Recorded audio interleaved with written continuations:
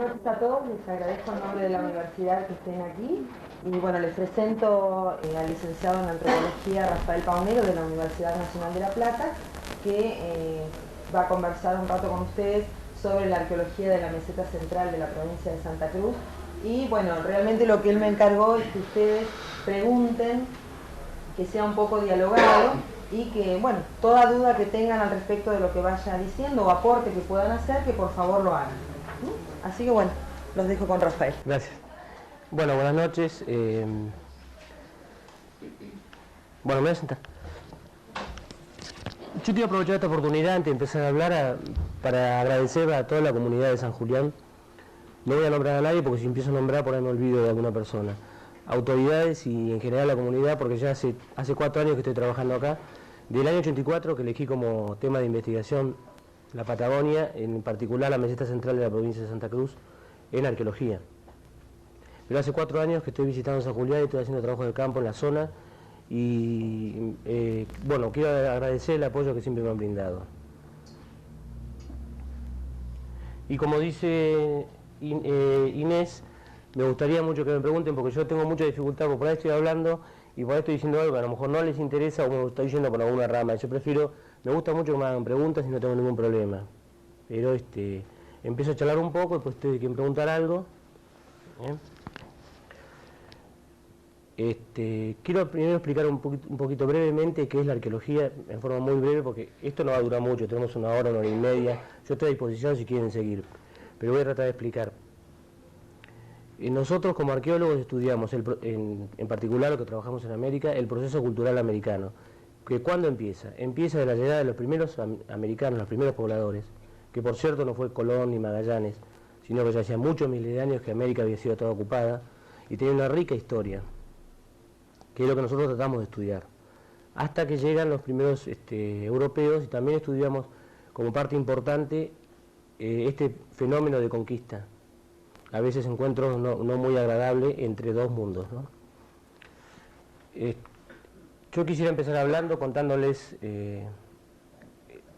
por un lado, cómo era el ambiente americano cuando llegaron los primeros pobladores y en qué manera la Patagonia participó en este proceso, en qué manera la meseta central y los sitios que encontramos en la meseta central también son parte de este proceso.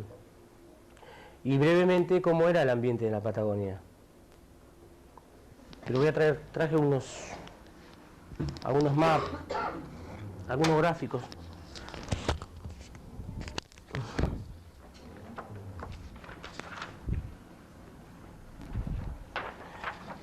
A veces es didáctico mirar mapas y que hablar tanto. Por ejemplo, este es un mapa, un planiferio, tal cual es ahora. Solamente está la costa, la línea de la costa. No hay montañas, nada. Pero podemos ver cómo lo podríamos dibujar ahora, en este momento. Vamos a compararlo con otro mapa. Este tiene 19, lo voy a poner un ratito arriba. Tiene 19.000 años. O sea, cómo era el planeta Tierra hace 19.000 años. ¿En qué nos basamos para reconstruir hacer este mapa? En datos que aportan no solamente la arqueología, sino la geología, que es la ciencia auxiliar una de las más importantes que encuentra el arqueólogo. Ahora lo saco. Y vamos a empezar a ver algunas diferencias.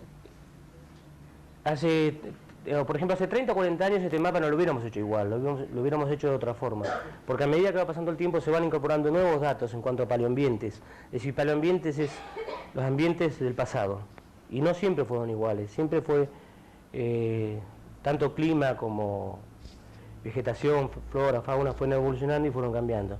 A nosotros nos interesa en particular esta época, 19.000 años, que puede ser muy parecido también a 14.000 años, porque es el momento en que muy probablemente hayan llegado, de acuerdo a diversas teorías, los primeros americanos. Hay muchos que dudan que hayan venido hace 19.000, pero la mayoría están de acuerdo que sí puede haber sido hace 14.000 o 13.000 años. Perdón, ¿hayan venido de dónde?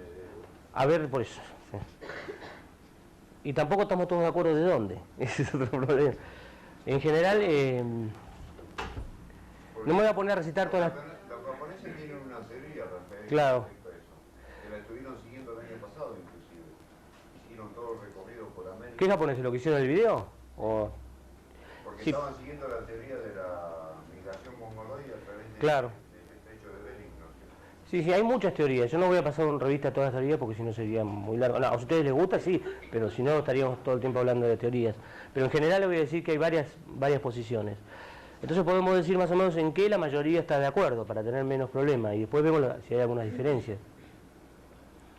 Si bien se sostienen, es decir, para armar el origen del hombre americano se hace en base a preguntas. ¿De dónde vinieron? ¿Quiénes eran? ¿Cómo eran?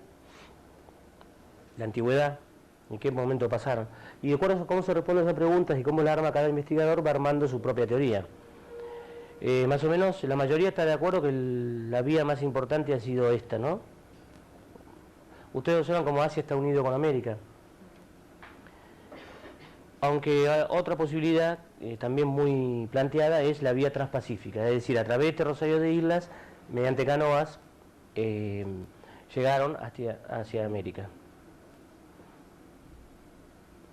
Por ejemplo, en Australia, ¿ven cómo está Australia? Hace 40.000 años ya hay restos humanos y culturales, con instrumental en piedra, de hace 40.000 años. Pero sin embargo no estaba unido, ni tampoco estuvo unido antes. O sea que ya podemos decir que en esa época ya existía la canoa, ya había sido inventada, o la canoa o algún tipo de embarcación, porque nadando no era muy difícil. Bueno, así como decía Fernando de esa expedición, o sea, ese viaje que hicieron los japoneses filmando un video, se basaban en una teoría sobre todo de un arqueólogo norteamericano que se llama Paul Martin, y que sostiene, no es el único, casi todos sostenemos que la vía más importante es Bering, ¿no? Pero sostiene que la vía de entrada fue Bering y que habían tenido un desplazamiento muy rápido, que los primeros pobladores habían llegado hace 12.000 años máximo y que habían tenido un desplazamiento muy rápido, colaborando o llevando adelante un proceso de extinción de megafauna. La megafauna son los milodontes, megaterios, caballos americanos, bisontes en Norteamérica, mamut, todo eso lo habrán sentido nombrar, y mastodonte. Pero esto es importante, esto se llama, o lo llamamos Beringia, no ahora, sino en ese momento. Formaron una región que se llamaba Beringia, que formaba una unidad geográfica ambiental que unía una parte de lo que era antes, o lo que es ahora Siberia, y una parte importante de Alaska. Pero un descubrimiento de hace unos 15 o 16 años de parte de los geólogos y los que hacen análisis polínico y todo eso, ha demostrado que en Beringia no había hielo, porque antes se pensaba que toda esta zona, este es el máximo avance glaciar hace 19.000 años, que esa zona estaba englasada. Bueno, no, Beringia estaba libre de hielos y tenía una estepa con algunos manchones de vegetación. Por esa zona andaban mamut y otros tipos de parientes del mamut, como parecidos al mastodonte, y grandes, se llaman proboscidios, eso. Y juntamente los cazadores también, los cazadores de estos elefantes. Bueno, ¿cómo era el resto de América? Norteamérica tenía, bueno, acá están las rocallosas, los glaciares habían avanzado muchísimo, y por otro lado, el manto que es polar o lauréntido o lauréntico habían avanzado y se habían cerrado, de manera que si bien esto operaba como un lugar de unidad geográfica, donde también cultural entre Siberia y Alaska, era muy difícil el paso hacia el sur. Hay algunos autores que plantean que podían haber venido por la costa. Bueno, el tema es, para ser más rápido, nos vamos ya acá para la meseta central y para Patagonia, porque si no, ¿qué pasa? Si lo observan ustedes se pueden dar cuenta, por ejemplo, cómo la isla de Tierra del Fuego, pues no fue un error de mal dibujado sino fue a propósito, cómo la isla de Tierra del Fuego estaba unida con el continente, no era una isla en ese momento, el estrecho de Magallanes estaba cerrado. Porque si bien el avance de los hielos en Sudamérica no fue tan importante como en Norteamérica, sí había sido lo suficiente como para toda la zona sur de Santa Cruz y la isla de Tierra del Fuego había sido cubierta por los hielos. Eso es estudio de los glaciarólogos y geólogos en general, sedimentólogos que estudian ese tipo de procesos, y entonces han visto los avances y retrocesos. Hace 14.000 años estaba el mar, otro avance, y hace 13 o 12 empezó a retroceder. Entonces en lo que es el límite oriental del estrecho de Magallanes se había depositado una morrena, o morena, no sé si ustedes han sentido hablar. El glaciar va avanzando, como si fuera el Perito Moreno, pero mucho más grande, que sigue avanzando, en su cauce, y va arrastrando abajo una gran cantidad de piedra, madera, todo lo que encuentra a su paso, y aparte va erodando. Cuando empieza el retroceso deja eso, y eso funcionó como puente. Un geólogo que se llamaba Caldeñus en 1912 ya lo planteó, como la primera llegada, la posible llegada de los primeros hombres a Tierra del Fuego. Aparte, otra cosa importante es el nivel del mar. En esa época el nivel del mar estaba, probablemente, siempre subió y bajó, pero por ejemplo 100, 80, 60 metros por debajo del nivel del mar, del nivel actual. Quiere decir que si usted ahora iba y se paraban ahí en la costa, no lo veían al mar. Estaba 200 o 300 o 400 kilómetros, o algunos autores sostienen más, hasta el punto que podía estar unido la isla Malvinas también. No se veía el mar, era toda una llanura, seguía la estepa, seguía. Bueno, eso en cuanto a ambientes. Voy a mostrarles rápido otra vez. Volvemos a Norteamérica para que vean los dos mantos de hielo importantes, están rayados. Y con el primer retroceso, se abre lo que se llama el corredor, que aparte servía como cuenca de drenaje para los dos mantos de hielo. Por ahí se supone que vinieron también los primeros pobladores, que eran en general, se sostiene, mongoloides, como decía Fernando también. Bueno, acá vemos de nuevo la línea de costa, creo que es muy claro.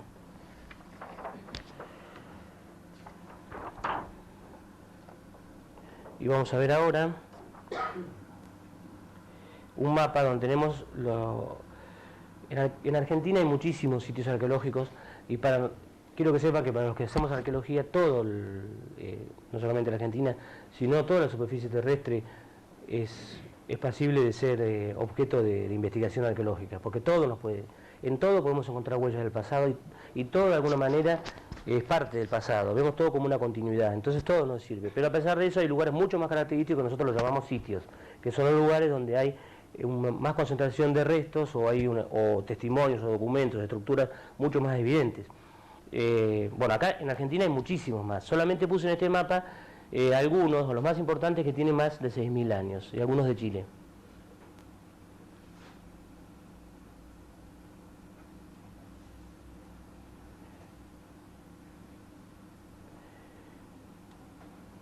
Lo curioso también es que en los sitios hay variedad de sitios arqueológicos antiguos, y algunos que son más fiables que otros, y donde más o menos casi todos están de acuerdo, llega a 12.000 o 12.500 años, donde hay menos discusión. Cuando se hace 13, 14, 15 hay más discusión, tanto en Sudamérica como en Norteamérica.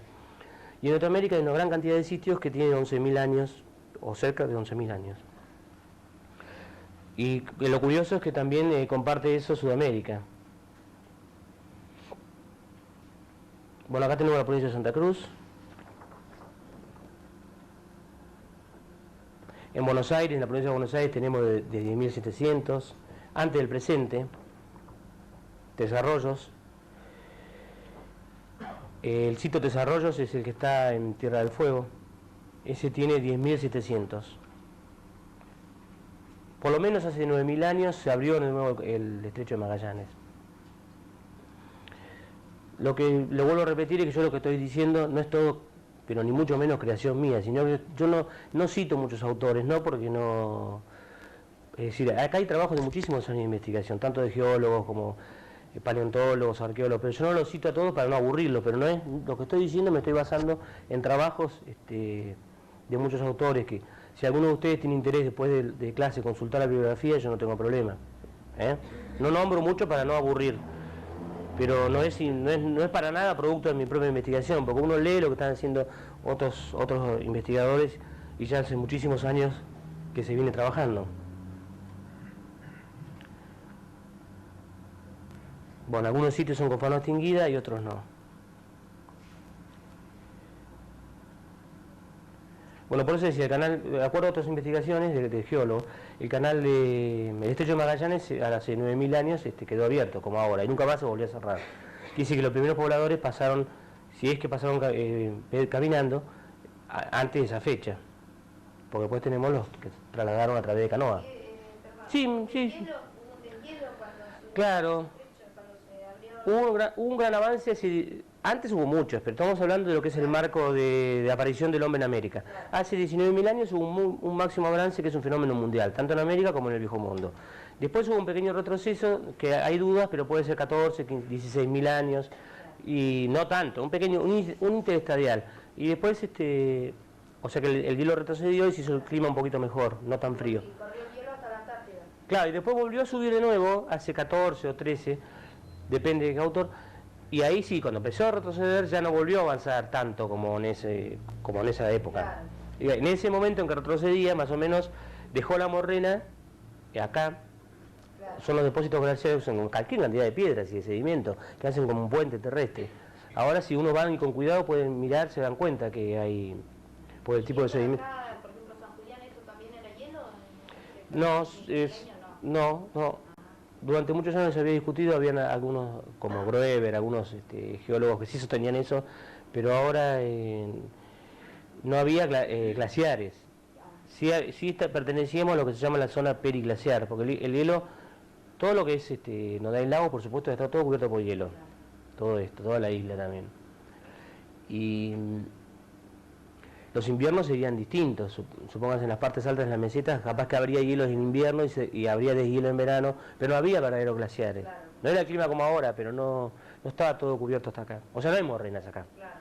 Claro. Porque eso se basan en eso los geólogos, sobre todo, en otros sedimentos, pero sobre todo en morrenas, y eso han podido, es lo que te indica hasta dónde llegó el hielo.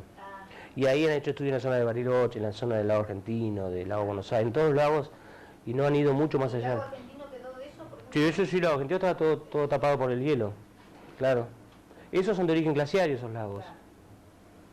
No de un solo avance, sino de muchos, porque hace 1 millón de años o más que están en el hielo.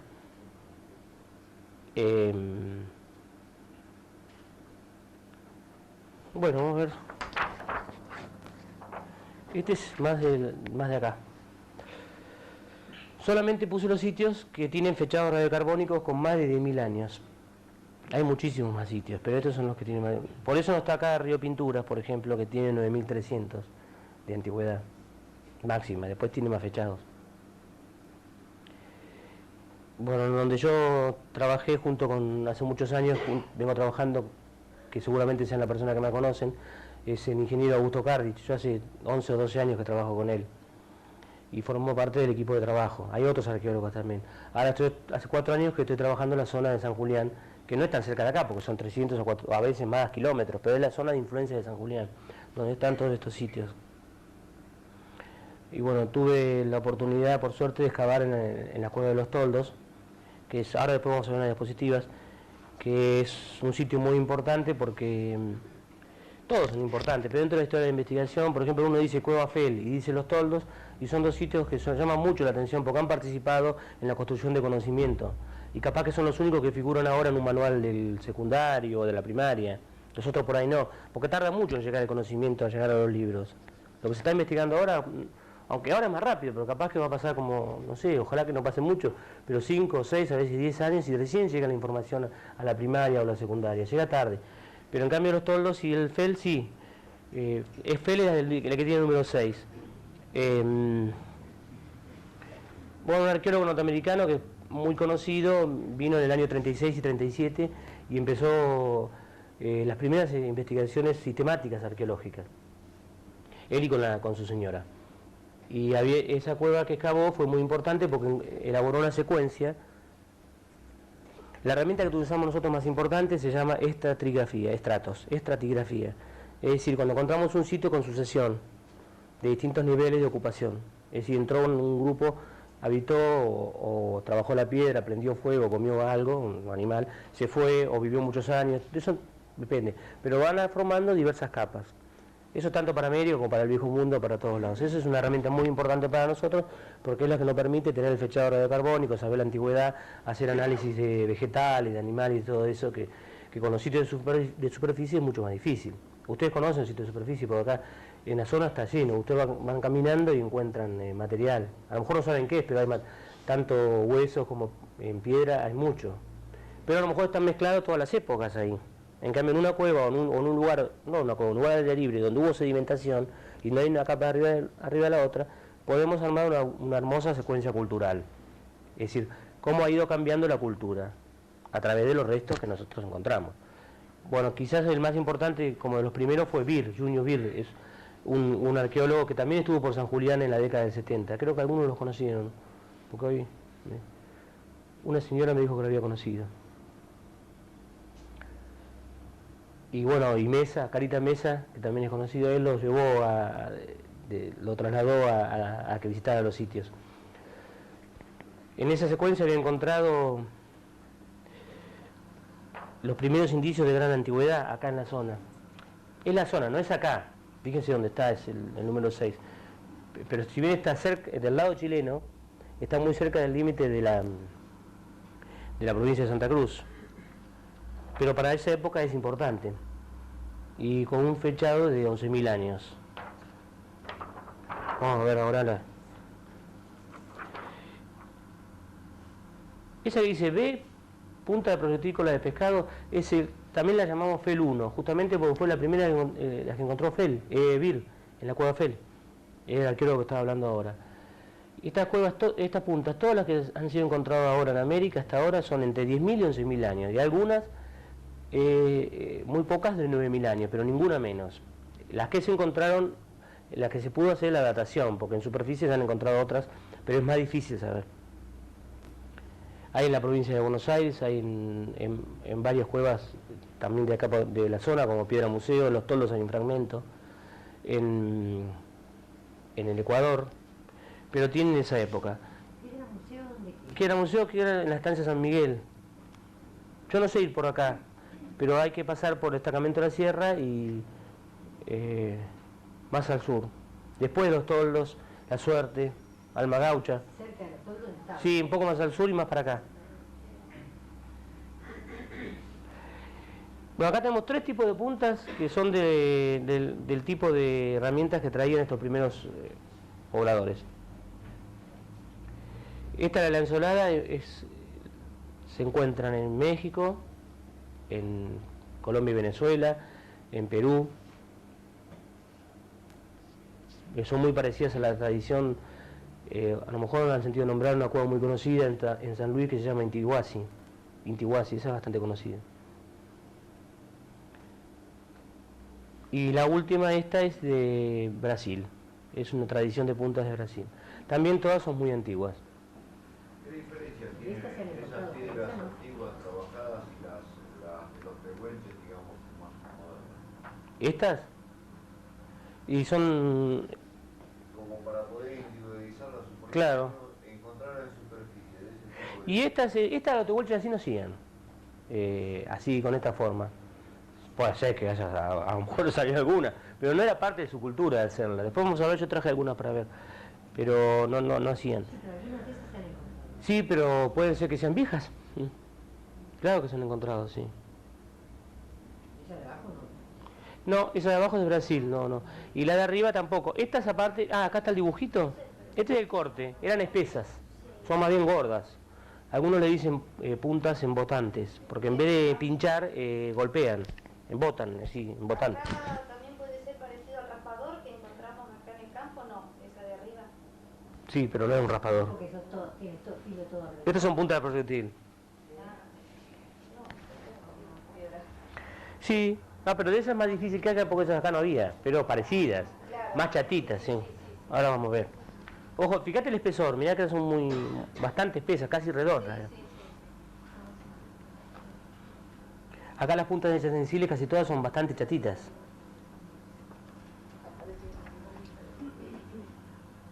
A ver.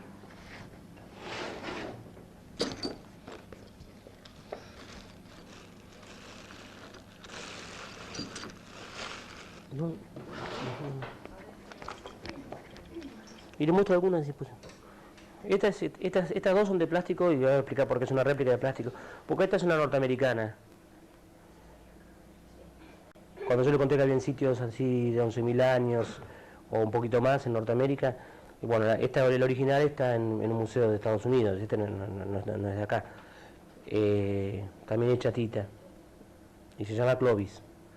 La mayoría de los arqueólogos están de acuerdo seguros de que este sí es el primer poblador americano, porque hay otros que sostienen una industria más burda anterior. ¿La quieren empezar? Y esta es una réplica también de la punta Fell, de la que encontró Junius Beer es de plástico esta, Claro, es igual. Esta es de plástico, porque tampoco están acá, no tenemos colección de esas en el museo, salvo las réplicas. Muchas veces hacemos réplicas para compartir y todo, porque quedan en depósito las puntas originales y se toca, se mira las réplicas. Aparte que esa es chilena, está en un museo chileno, o en Estados Unidos.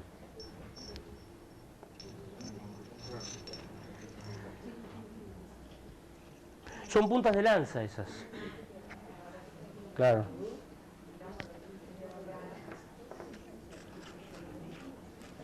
Y esta chiquitita así, que son las que más comúnmente encuentran acá. Estas son las que más se encuentran. Esta se llama punta... esta es de la cultura tehuelche, o proto-tehuelche, de esa época. Sí, encontrar, sí. Sí. Lo que te digo es esto, que en superficie puedes encontrar de distintas épocas. Claro. Lo que pasa es que son mucho más difíciles. Porque ellos mismos, imagínense que después de 10.000 años de vivir acá, ellos mismos pasaban y encontraban algo y lo juntaban, así como uno lo junta, en tanta gente que pasó, lo juntaban y lo reciclaban. Hemos encontrado puntas recicladas, como una punta que se rompió y después lo usaron como otra cosa, como perforador, ¿no es cierto? Y esta es la más común porque es más cantidad, justamente porque es la más tardía. Porque la gente dice punta de flecha. Todas no son punta de flecha, esta sí es punta de flecha. Porque flecha quiere decir con arco. Y el arco fue una aparición bastante tardía acá. Entonces, ¿Cuántos años? esta no es de plástico. Y más o menos no más de 2.000 años. Pero hay dudas, ¿no? 1.500. Estamos trabajando en eso, en ajustar más la fecha. Es tardío eso. O sea, a partir del presente, o sea que de Cristo para acá, el 0 para acá. Sí. O sea, estamos en 1900, bueno, no, máximo 2.000 años, hasta el 0. Siempre tratamos de contar a partir del presente. Si no mucho lío con el Cristo y eso. Entonces, si 2.000 hace 2.000 años. Justo coincide con el 0, pero...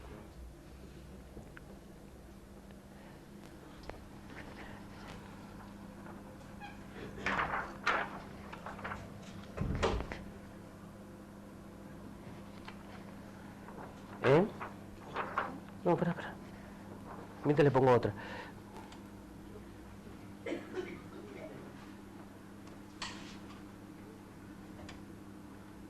Esta es muy parecida a esa que andaba por ahí, que es Clovis. Pero esta es del sitio de los Toldos de la Cueva 2. La encontramos nosotros también en el año 86. No encontramos entera, la encontramos así, fracturada. Esta pertenece a la tradición toldense o a la cultura toldense. Estas lascas de acá abajo, que son lascas, se llama lo que nosotros la gente tomaba un pedazo de piedra, lo tallaba y salen fragmentos. Esos fragmentos nosotros le ponemos de nombre lasca. Los arqueólogos le decimos así. Y después hay diferentes tipos de lasca, un montón de variedades. Estas son las triangulares. Son típicas de los toldenses. ¿Con qué tallaban las piedras? ¿Con otra piedra? Claro.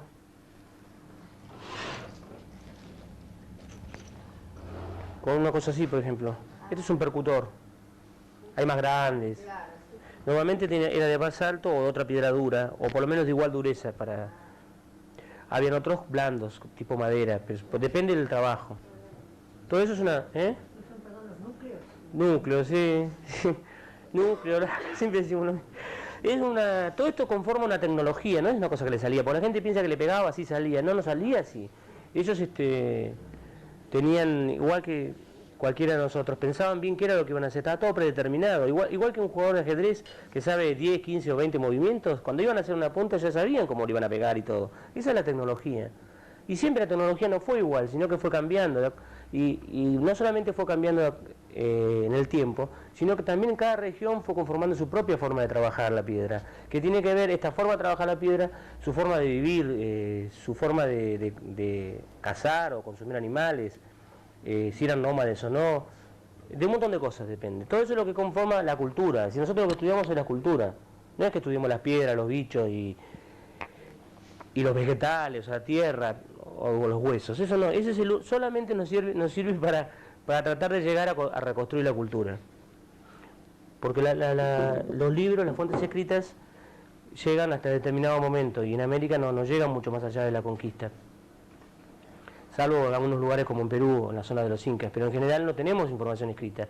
Y solamente llegamos a través de la arqueología. Entonces, humildemente tenemos que ir con lo poquito que encontramos, ir reconstruyendo.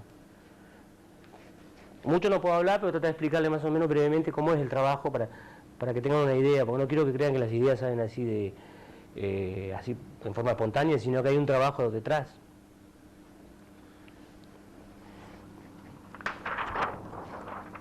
Después vamos a mirar en la diapositiva de algunos sitios arqueológicos, y vamos directamente al tema de pinturas rupestres.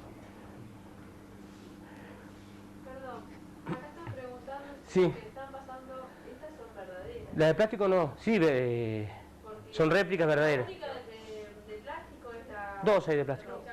También. La chiquitita no. No, la chiquitita no. Es una réplica. La cual, hay dos réplicas, y la otra, la chiquitita es de verdad. Y esta también es de verdad, hay muchas de verdad, lo que pasa que no... En el Museo de la Plata ni en Buenos Aires tenemos puntas de Norteamérica. Las tienen allá, se llaman Clovis esas. Estas sí, serían parecidas, tiene 2000 y pico de años, y es la tradición que después terminaron siendo los tehuelches, son como los bisabuelos de los tehuelches, digamos. Pero probablemente también seguía siendo lanza, por el tamaño. Pero ellos traían, por ejemplo, esas piedras, esa es obsidiana. Sí, sí. Claro. ¿Y de dónde la traían? ¿De Chile? Lo que pasa es que... ¿Se Sí. encuentran por acá en la costa? Claro, no, sí. Lo que pasa es que la fuente de origen de la obsidiana está mayormente en la cordillera, que no hay mucho, hay 2, 3 o 4 lugares de donde están las canteras de... Pero la obsidiana se encuentra en forma de nódulos en muchos cañadones, en muchas corrientes de agua. Acá se encuentran. Y en la costa llegan a través de justamente la acción fluvial. Y en la zona de la María, en la zona del San Rafael, en el Seibo, entonces todo por la meseta, el verano, es claro, hay. No gran cantidad, pero hay. Y tampoco son muy grandes, pero son unos nódulos de obsidiana. No, en elementos grandes así en piedra de obsidiana no se encuentra. No, Más bien pequeños, sí. o de tamaño mediano, digamos. Porque es muy buena para tallar, pero muy quebradiza. Entonces no... El sílex es mejor, que es la piedra que más hay acá. Son como los rodados. Sí, es un vidrio. Estas son toldenses. Bueno, tengo el dibujo.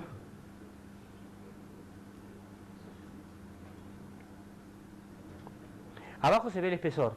Ese dibujo rayado, el corte. Son todas muy delgaditas. Bueno, esta la pueden comparar con la que habíamos visto hoy, que es la gorda. La de... ¿Dónde es? La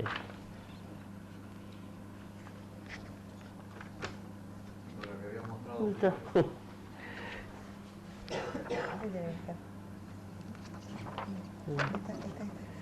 Ah, acá está. Sí.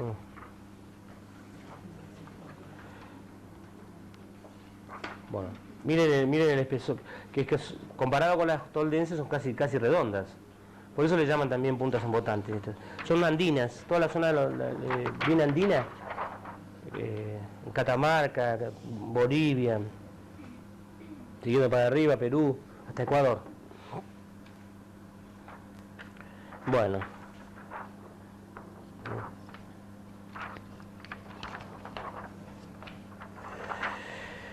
Pero nosotros juntamente con el ingeniero Cardiff, que es bueno nombrar, estamos encontrando una industria ya hace unos cuantos años y volvimos a encontrarlo ahora, yo hace 2 o 3 años en la estancia San Rafael y los granaderos de Autor de Rusay.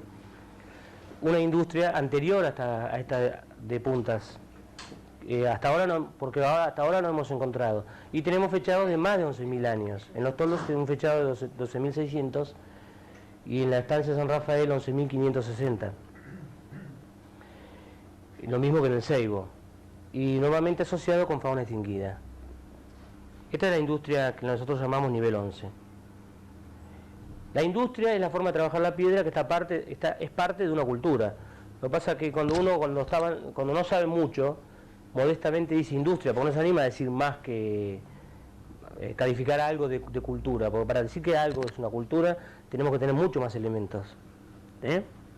Por eso decimos industria, porque tenemos elementos en cuanto a tecnología, cómo trabajar la piedra, con qué animales comían, pero no alcanzamos a animarnos a decir que es una cultura. Capaz que dentro de 10 años o 15, cuando sigamos agregando elementos, haciendo sincronía con las pinturas rupestres y todo eso, que es lo que estamos tratando de hacer ahora, podemos hablar ya de cultura.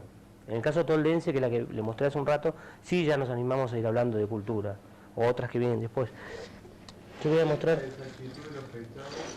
¿Cómo? ¿Cuál es la exactitud de los fechados? Más o menos, o es... Ah, ¿de carbono 14? Ahora te digo. El método carbono 14 es importante, pero no es el único. No podemos solamente decir porque tiene el fechado carbono 14, ya está seguro, porque si no sería muy fácil el trabajo nuestro. Pero hay muchas otras vías.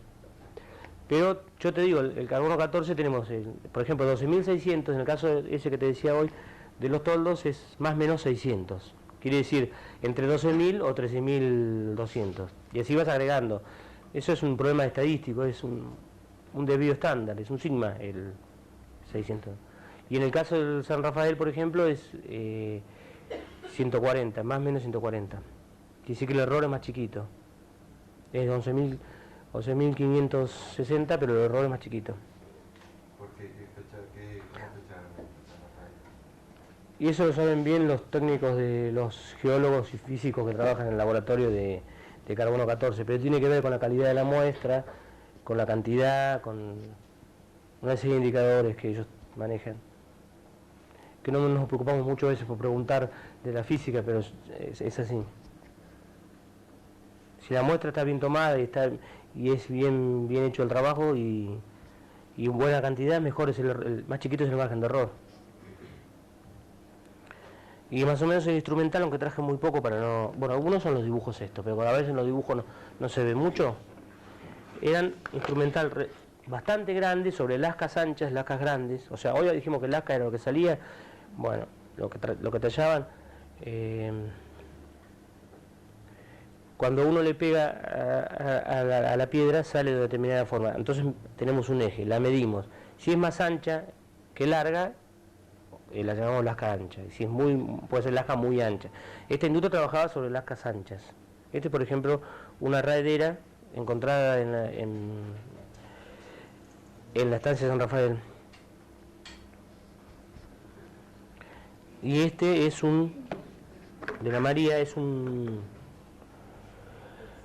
raspador bastante grande, sobre plaqueta se llama, porque es chato y no fue una lasca tallado, sino que lo levantaron y lo elaboraron sobre una plaqueta. Y bueno, ahí tienen los retoques. Esto está asociado con caballo extinguido y otros animales extinguidos como el lama gracilis, que era un pariente del guanaco, como una vicuña, pero que ahora está extinguida. Es decir, muy parecido, los huesos son igualitos a la vicuña, que es más chiquita.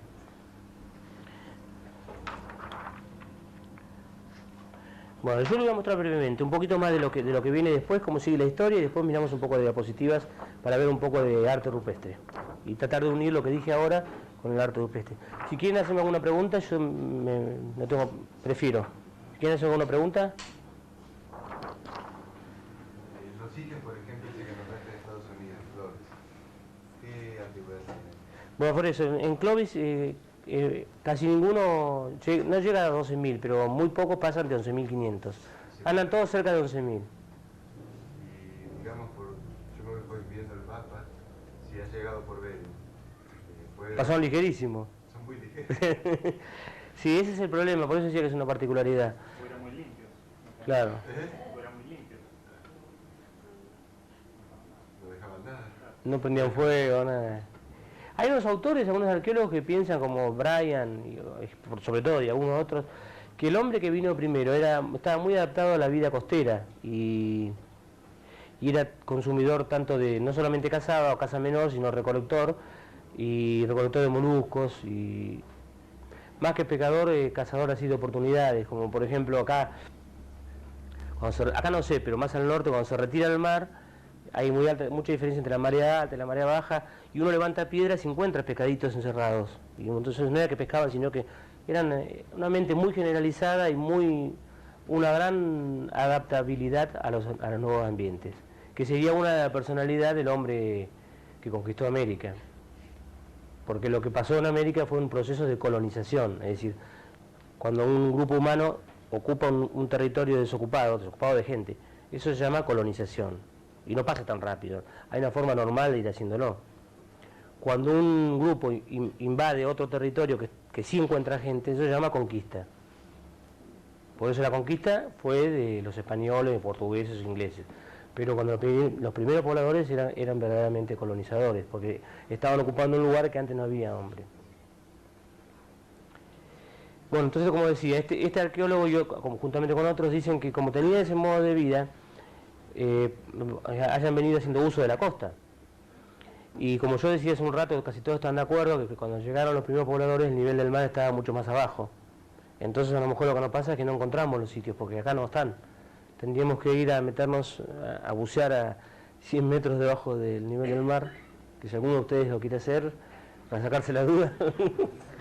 Hasta ahora no se encontró nada y tampoco es muy difícil, aparte de estar todo.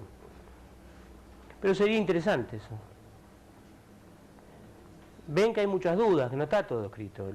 Se trata de seguir investigando y de ir aprendiendo. Algunas cosas ya sabemos, otras no sabemos nada y estamos buscando. Y la mayoría de las veces nos estamos peleando, porque un investigador dice una cosa y otro dice otra, no estamos todos de acuerdo. Es decir, como en todas las cosas, siempre es así. Y es lo que hace que uno tenga ganas de seguir estudiando, porque si supieras todo, no... Claro.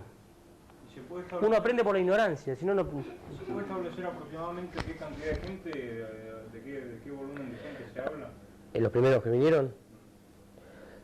O sea, hay una colonización, pero ¿de cuántas? Claro. Bueno, este autor que decía Ben, sostenía que habían venido muy pocos y que después se empezaron a reproducir y que crecieron todos acá, pero es el único que piensa eso. En general casi todos pensamos que no, que vinieron un contingente, sí que vinieron y se reproducieron mucho y comían y... No, que uno va estudiando cómo es la naturaleza humana, cómo son las sociedades, y fue una forma humana de colonizar, no eran como locos que venían corriendo, sino que tenían su familia, sus hijos se casaban, armaban su nueva familia. Entonces hay un proceso lento que lo marca la misma naturaleza humana, el territorio, la exogamia. Entonces, basándonos en todo eso, vamos viendo qué cantidad podía haber venido. Por ejemplo, si estamos hablando de acá de Patagonia, no era una gran cantidad al principio, los colonizadores, había muy baja densidad, o sea, muy poca gente había. Casi como ahora. Casi como ahora en Santa Cruz. Lo que se alcanza a ver en la María, que yo es el único de los que estamos viendo acá que conozco, sí, ahora vamos a ver. No hay un espacio físico demasiado grande como para que haya sido una población demasiado importante. No, tenemos evidencia así arqueológica, claro, de que eran bandas de cazadores-recolectores. El término que se usa es banda, quiere decir, son grupos de pocas familias, 6, 7, 8 o 10 familias que se agrupan, puede haber sido a través de un cacique o un liderazgo, y hacen una vida nómade. El tiempo era muy frío también. Claro, sí. Era muy frío, sí. Claro, o sea, sería poca la gente que se adaptaba a vivir acá. Sí, pero podían volver, yo me vuelvo para... No, pues si venían a decir... Claro, pero el proceso fue bastante lento, o sea que fueron humanamente creciendo. Es decir, la exogamia es una ley universal que tienen todas las culturas. Que, aparte de la diferencia que hay de cada una de las culturas, quiere decir que uno busca matrimonio afuera de la familia, en general, ¿no? Es más complicado. Pero es así, no se casan, es decir, los hombres no andan, siempre hay reglas de relación, de parentesco, de elección de la novia y todo eso. Y para que pase todo eso, unido al concepto de territorio, que los seres humanos tenemos nuestro territorio, a donde nos identificamos, donde nos criamos, no somos todos conquistadores como locos. Entonces todo eso forma una idea de que el proceso no fue tan ligero. Para que pase todo eso, para que haya exogamia, tienen que haber comunidades o etnias o bandas vecinas. Entonces no podían venir como locos. No nos metamos en la idea de Magallanes y de Colón porque es otra cosa de conquistar. Estos venían con otra idea. Y Entonces respecto al motivo por el cual se produce, por qué la gente se corre a través del estrecho de Bering o de donde sea, pero cuál es el motivo de que se haya corrido. ¿Venido para acá? Eso es una buena. Sí. Y el hombre, viste que es conquistador, busca. Hay Puede haber sido superpoblación también. Sigue la casa. No, pero no había superpoblación, porque no. Una es poder seguir la casa. Yo creo que pertenece a la condición humana si uno está viviendo en un lugar con su familia y con su comunidad y sabe que hay un lugar que puede explorar para ir a ver qué pasa. Es muy probable que vayan, porque eso es parte de la condición humana, pero no que vaya como loco otro, sino va, explora, dice, mira viejo, encontré un lugar que me gusta, bueno, me voy a ir con mi mujer, qué sé yo. No se me ocurre cómo. Pero siempre dentro de los parámetros humanos de desarrollo. Lo he hecho que... Yo creo que debe... O sea, va a saber por la causa, pero debe haber alguna causa, porque nadie camina 50.000 kilómetros para No. Sí. Pero ellos cuando salían no venían pensando, me voy a ir a Tierra del Fuego. ¿Por qué se cree que tienen que haber venido de otro lado? Ah, eso también. ¿Por qué se creen que hay que venir de otro lado? Porque como tuvo el nombre en Europa... Exacto, sí. ¿Por qué no iba a estar acá también? Eso, ¿por qué no? Bueno, Ameguino es el que sostuvo eso, el primero que sostuvo eso, ya hace muchos años, en el siglo pasado. En el mundo, ¿cuál es la datación más antigua? O sea, ¿cuáles son los restos más antiguos? ¿De hombres? Homínidos. Sobre todo en África está todo, ¿no? Hay toda una falla geológica que contiene una serie de sitios. Tanzania, Olduvai, se llama el lugar, Kenia. En el oeste, en el este de África, lo que es Kenia, Tanzania, sí, han encontrado restos, también ahora en Sahara, por esa zona también, sobre todo en África, de homínidos, que son los primeros hombres que caminaban erguidos, que no eran hombres igual que nosotros, pero sí caminaban erguidos y tenían la mano libre, la vista, cerebro más desarrollado. ¿Cuántos años? Y se está estirando, ahora llegan hasta 6 millones de años. No sé si a lo mejor han escuchado hablar de eso. Una le pusieron de nombre Lucy. Sí, por ejemplo, sí. Y bueno, han encontrado otros más. Esa se encontró muy entera. Se le pusieron Lucy porque el arqueólogo estaba escuchando el tema de los bichos. Sí.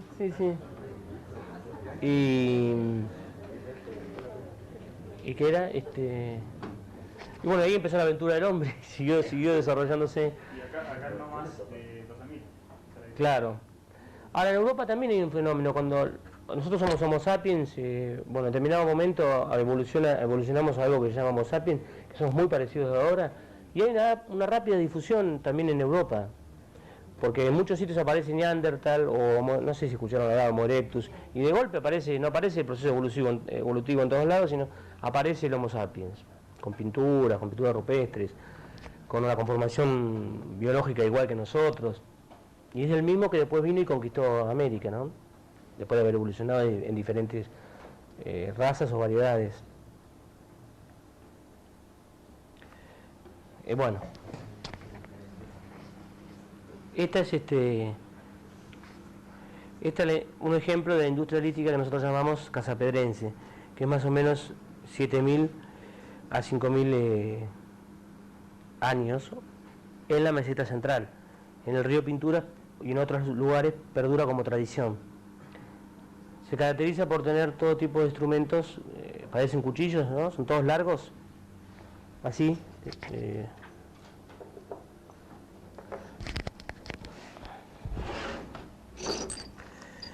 Nosotros le llamamos hojas o láminas, estas cosas, ¿no? Y este es un tipo, como decía la señora, usted decía que era un núcleo, bueno, era un núcleo de láminas, porque acá este se sirvió para sacar láminas o hojas, depende de qué investigador, pero más o menos es lo mismo.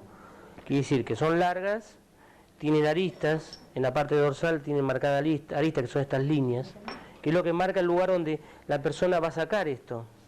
Primero se prepara el lugar donde van a pegar, y no de casualidad, sino que era la técnica de ellos, y después le pegaban y sacaban esto, sin retocar, o retocado, pero lo importante de esta industria es que ya salía preparada, y cortaban. Tipo, sí, todo. Ah, el núcleo este es muy lindo. No, el otro, la lámina esa. ¿Por eso cuál? Esa, la clarita, esa. Esos son colecciones, eso es de colección superficial, no es de un sitio en estratigrafía, pero lo traje para que... O sea, tiene todo trabajado el borde. Este sí, a ver. Sí. Un borde bien trabajado. Sí, pequeños retoques. Este tuvo el aire libre, por eso está medio... Bueno, acá están algunos dibujos.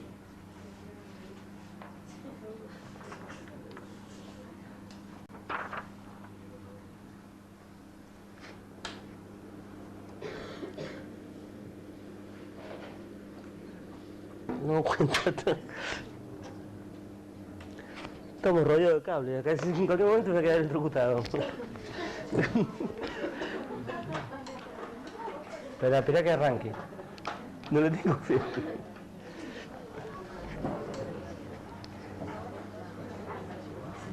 ¿No se ve? No. Sí, no se ve nada.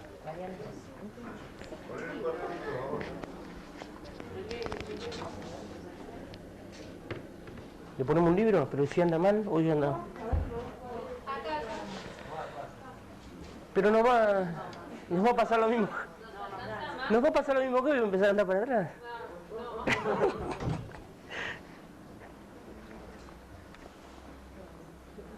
Les voy a mostrar algunas fotos, diapositivas de algunos sitios donde hemos trabajado. Bueno, con eso sí, con eso no. Saco esto y listo.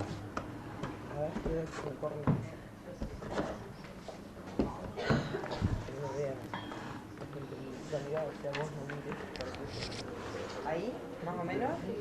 Ahora le puedo poner algo para que inclinar. Va a ponerle algo inclinado.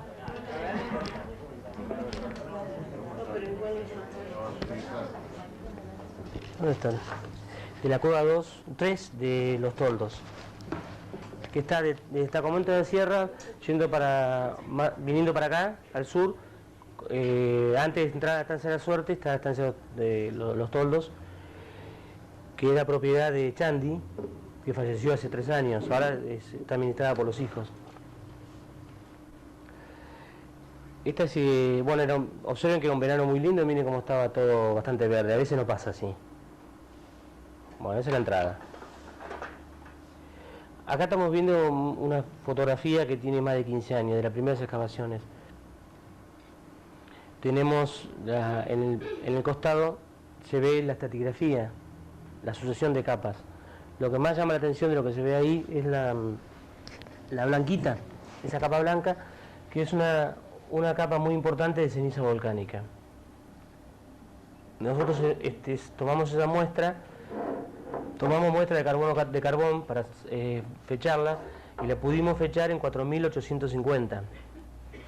Esa muestra fue enviada a un norteamericano que trabaja en Chile, que se llama Stern, y un especialista que hizo el análisis, y le dio, de acuerdo al análisis que hace, como tiene una serie de indicadores químicos y físicos, de que la procedencia era del volcán Jackson. Justamente cuando teníamos ese informe, entró justo en la erupción en el año 91 del volcán Jackson. Y a nosotros nos viene bien para hacer una serie de interpretaciones. Pero esa erupción fue mucho más importante que la de ahora, porque incluso fíjense que la capa es importante, ya con tanta antigüedad. Arriba de esa capa tenemos unos niveles con culturas, con restos culturales, que son los antecesores de los tehuelches, de 3.000, 2.000 o 1.000 años antes de Cristo. Pero se produjo un vacío arqueológico después de la capa de ceniza, ¿no? Sí hay como 1.000 años más o menos.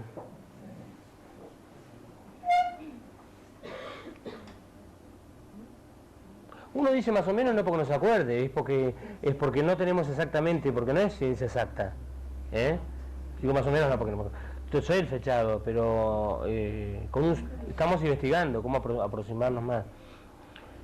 Bueno, estas son las negativos de manos y se observa también los de Ñandú.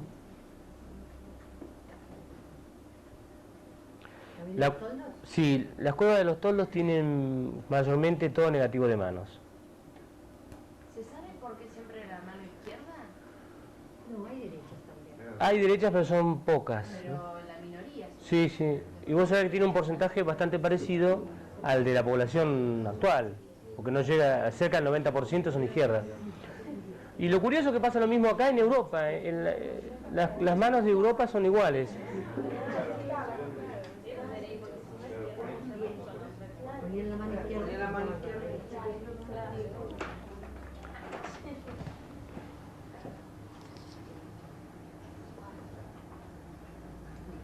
Ahora está la carpita. Esta es la cueva 2 de los toldos. Vamos a ver si... Acá estamos en un sector de la excavación.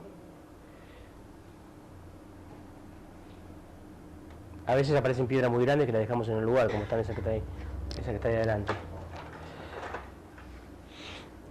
Este es un alero grande que está en la estancia San Rafael, que estuve el año pasado, el anteaño, donde estuve trabajando conjuntamente con la María también estos sitios. Es como una cueva vista, es un alero visto de adentro. Bueno, la zona se llama así, Cerro Tres Tetas, y el sitio se llama así. Acá observamos, después vamos a ver la estratigrafía, acá se ve muy claro.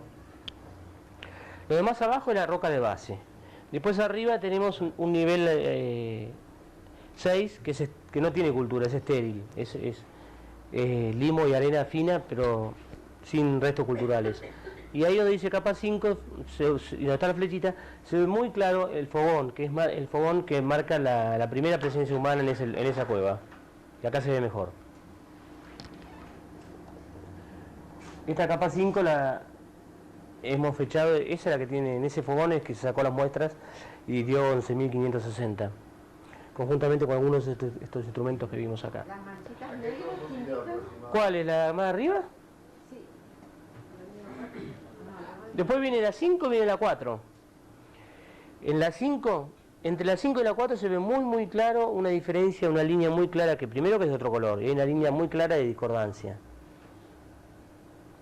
Quiere decir que entre la 5 y la 4 pasó muchísimo tiempo que no se depositó nada, sino que al revés, hubo una etapa o erosiva o de nada de depositación.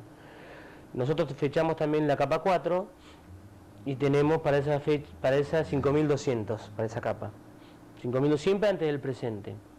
Y entre 11.000, ese fogón que tiene 11.560 y 5.200 hay casi 6.000 años de diferencia. Y ahí, o sea, Quiere decir que ahí no entró nadie.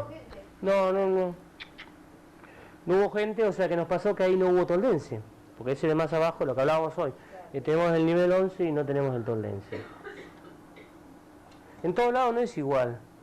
Sí puede haber sido parecido en la vida en ese momento, pero el testimonio que va... Es muy egoísta el registro arqueológico, no nos deja todo, nos deja poquito y cachitos. Uno quisiera encontrar todo, pero a veces va encontrando de a pedacitos. ¿Ese corte no hubiera sido?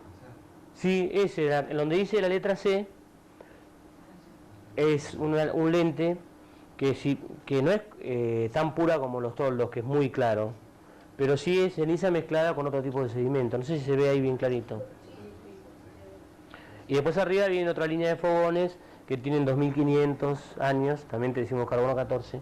Y por último, arriba de todo hay una presencia tehuelche, porque encontramos las puntas típicas. Un campamento de caza tehuelche.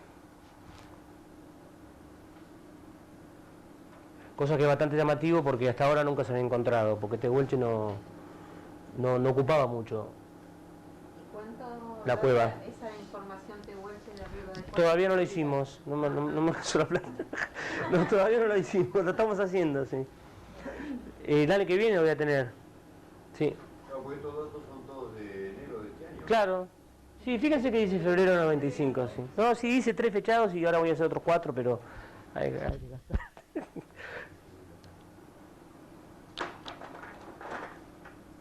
Bueno, eso está en un alero cerquita de ahí, de Cerro Tres Tetas.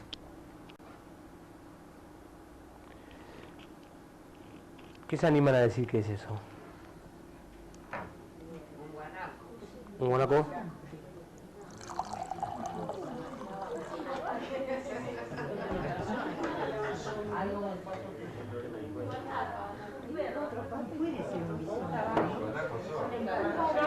A ver, un bisonte, un perro. Hay dos animales, uno más chiquito.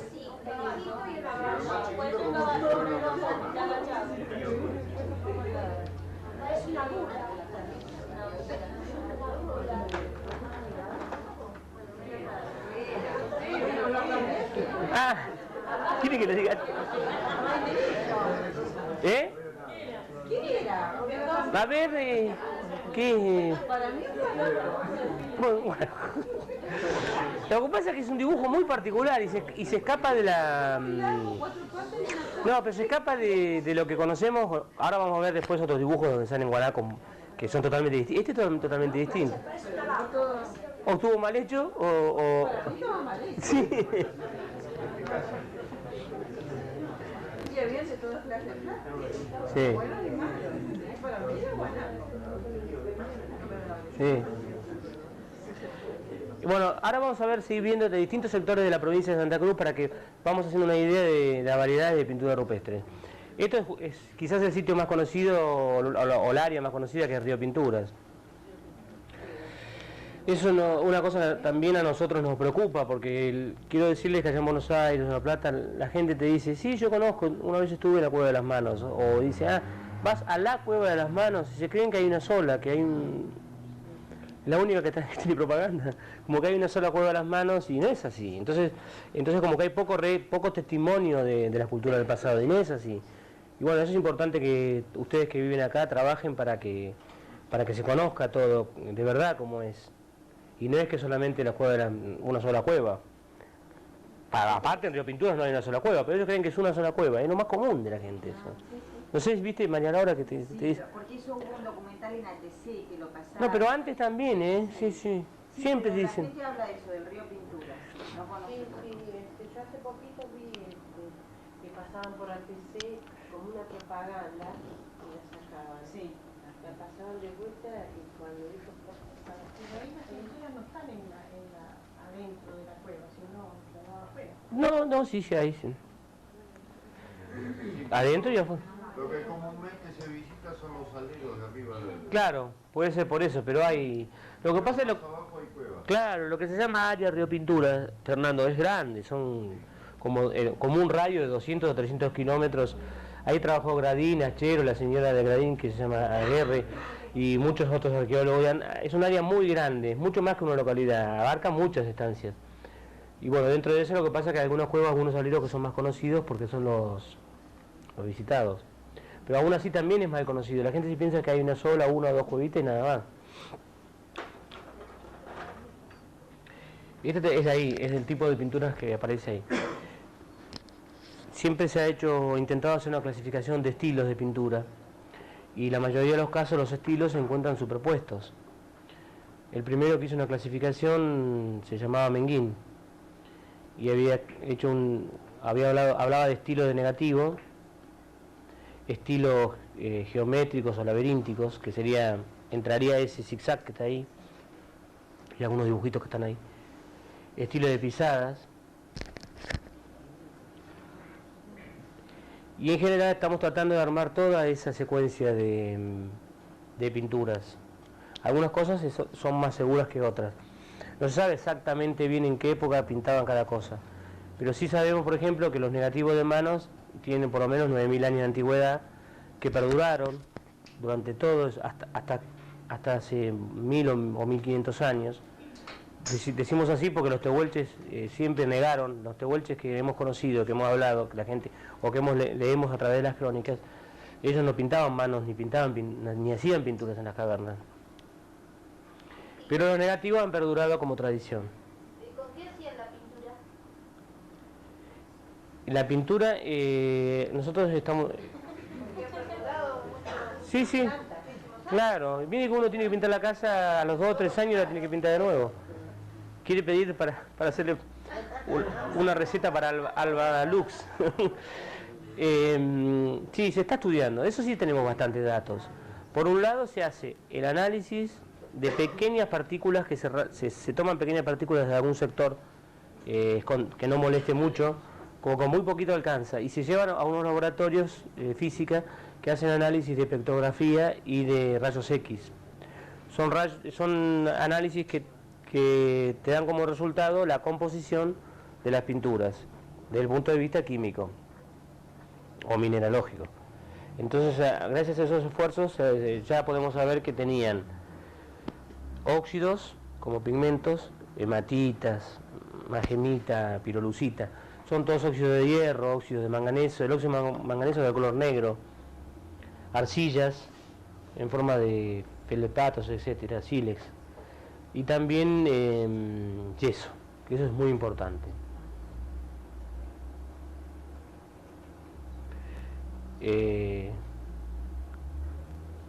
Esta gente conocía muy bien cómo trabajar el yeso y preparaba las pinturas, lo incorporaba en forma consciente y deliberada.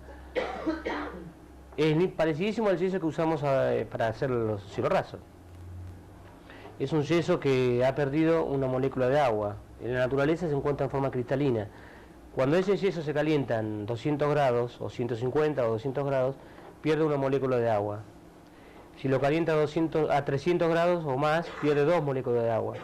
Casi siempre utilizaban el yeso calentado entre 100 y 200 grados, que es el hemihidratado, porque tiene una sola molécula de agua. Cuando vuelven a preparar la pintura, lógicamente se le agrega agua o algún líquido acuoso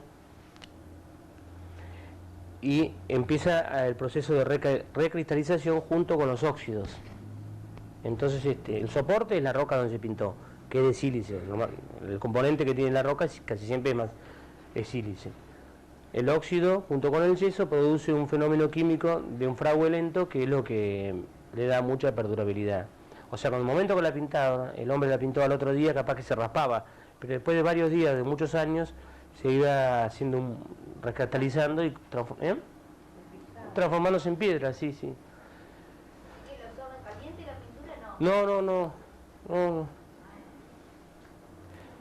¿Yeso cristalizado es el que está acá? Ay, sí. ¿En dónde? Ahí en la estancia de los machos. Sí. ¿Los médanos por ahí? Sí. Sí, usted agarra ese yeso, ¿no? Hace un pequeño pozo, pone el yeso, lo tapa con un poquito de arena así, y qué sé yo, 2 o 3 centímetros de arena, arriba hace un buen fogón, después después que se apaga, saca la arena y va a encontrar que se transformó en polvo, en yeso hemihidratado, más o menos. Eso es un cálculo. Ellos no era que medían los grados y hacían la fórmula química, pero eran profundos conocedores de las posibilidades de que le brindaba la naturaleza. Y a veces uno sabe de dónde vienen tantas recetas, eso de ponerle grasa a la pintura o utilizar el yeso. Y bueno, esos son los grandes adelantos del hombre del Paleolítico, mucho antes de los egipcios, mucho antes viene de hace muchísimos años. Bueno, vamos. Esta es otra figura particular que aparece en Río Pinturas, que no hay en la María ni acá tampoco, ni en los toldos, que los autores lo interpretan como una lagartija que se llama Matoasto.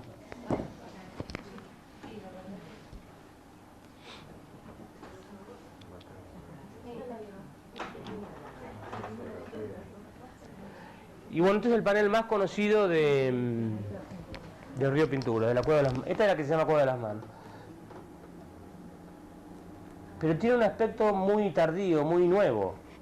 No sé si se acuerdan la que les mostré hoy de los toldos, o ahora que vamos a ver algunas de la María, que ahora viene a continuación. Fíjense que no tiene como se llama pátina, ¿no? Tiene poca pátina, como que está fresco. Pero por eso se sostiene que pudo haber habido una gran continuidad de esto de pintar manos. En Australia, hasta hace muy poco, hasta hace 10 años, capaz que ahora todavía, los aborígenes australianos seguían pintando manos en las rocas. Lo venían haciendo desde hace 20.000 años. Hay viejas y sí. Y lo mantuvieron como tradición.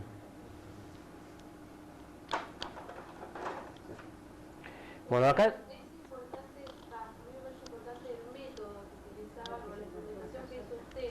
Ah, después lo cuento. Ah, bueno. Después le pongo una filmina y lo cuento, sí. Ah, Bueno, acá tenemos reconstruido la familia Secus, Ipidium, género Ipidium, es un caballo fósil, que es bastante parecido al actual. Era un poco más petizo, cabezón, sí, la cabeza, una buena mandíbula, y vivía, le gustaba la estepa herbácea, con hierba, No, acá es más bien de tipo arbustiva.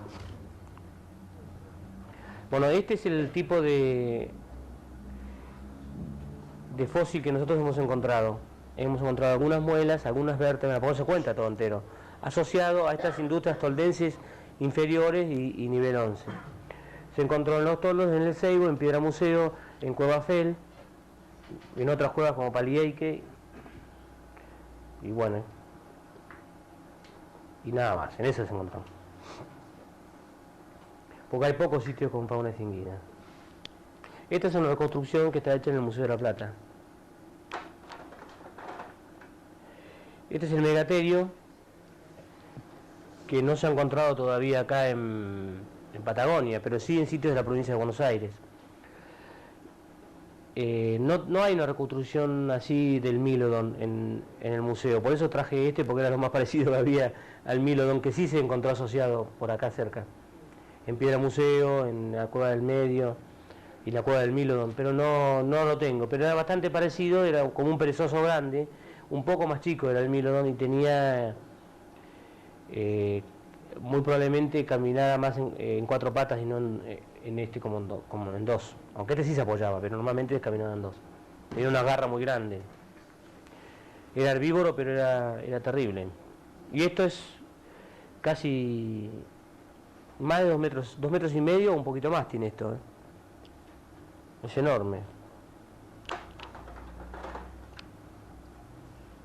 Esta es todo el tipo de fauna que se extinguió hace 10.000 años o máximo 9.000 años, que fue el tipo de fauna que encontraron los primeros colonizadores.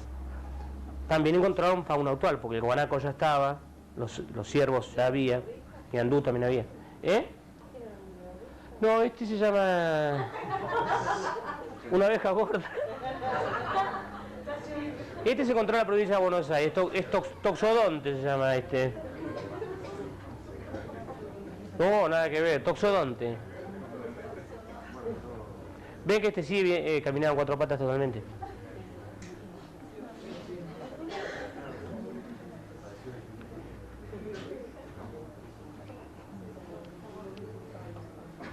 No tiene nada que ver, pero lo más parecido podría ser un jabalí, pero no es un jabalí, parece. Sí. Era más grande. Bueno, este es estamos en la localidad arqueológica La María. Este es uno de los cañadones.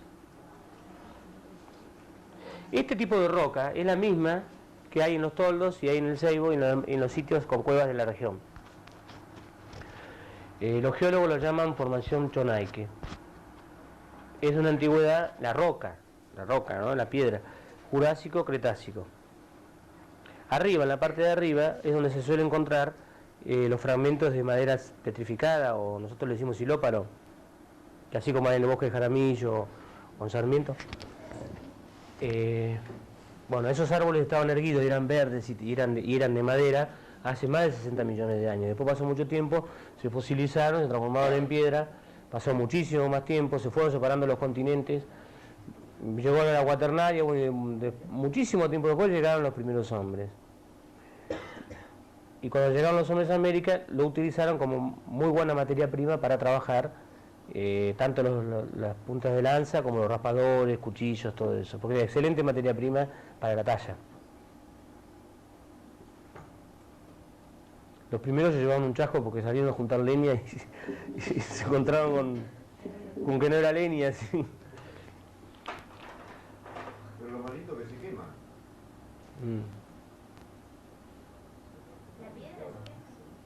Este también es María.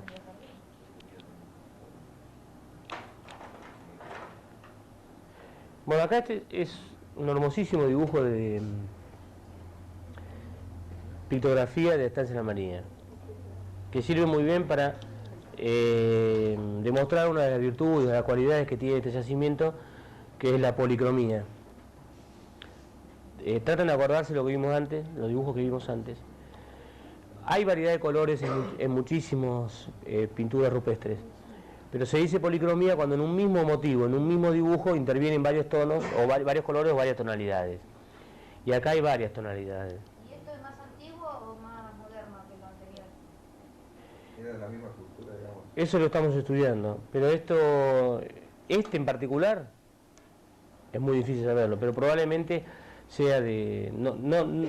a mí me parece que debe ser de 7.000 años, una cosa así. Pero todavía lo estamos estudiando. Es lo que vamos a hacer en estos años, lo que estamos haciendo el año que viene, y bueno, yo en mi parte me parece que toda la vida, porque voy a seguir viniendo, visitando acá para San Julián. Bueno, se termina nunca. No se termina nunca. Hay algunas cosas que se saben con certeza y otras se están investigando, no se saben. Es muy difícil hacer la asociación. Esa es la hipótesis de trabajo que tenemos nosotros, porque la mayoría de los arqueólogos dicen que lo más antiguo son los negativos de manos y que son las escenas de caza. Pero habría que ver esto, hay que hacer estudios de asociación, que es lo que estamos haciendo. Porque por otro lado la policromía también es muy antigua, es una de las virtudes, de las cualidades bastante que la trajo consigo el hombre colonizador.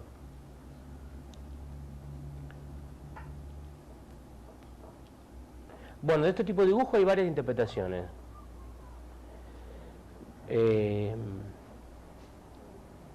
Algunos dicen que puede ser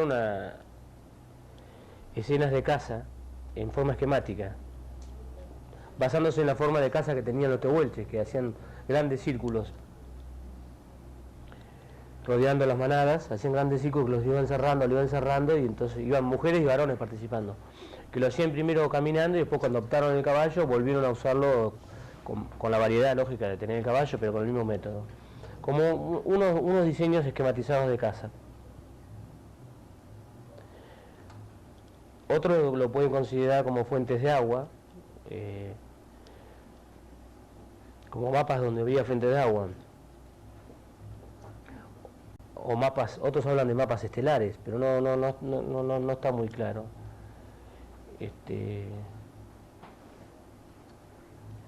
Lo que sí sabemos es que esto era algo muy importante para la cultura de ellos, que formaba parte de algo tan importante como eran sus ceremonias, sus ritos. No era una cosa que hacían para decorarla nomás, sino que era algo que realmente tenía que ver con sus creencias, algo que le daban un valor muy importante. Por eso lo pintaban en lugares destacados, por eso lo preparaban con unas buenas pinturas que duraran muchos años, porque querían dejar testimonio y hacerlo lo mejor posible como para que pudieran mantener el valor.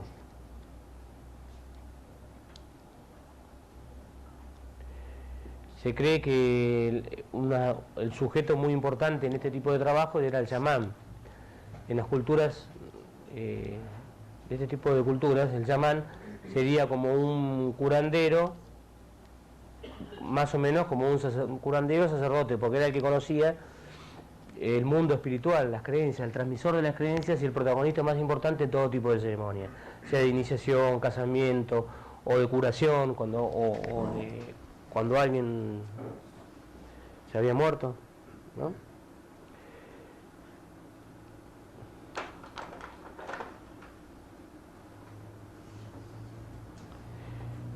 Las manos blancas, casi todos estamos de acuerdo que fue el color blanco el que más, uno de los últimos que integró la paleta del pintor. Es una de las pocas cuevas que hay todas con manos derechas. Sí.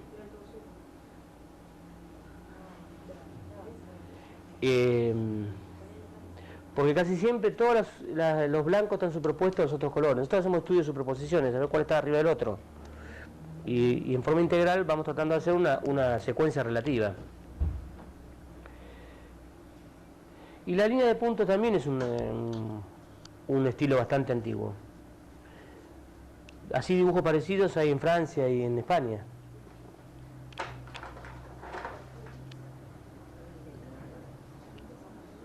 Sí, en Francia y en España tienen 18.000 años, 20.000 años, por ahí. Esto es una escena donde participan varios guanacos.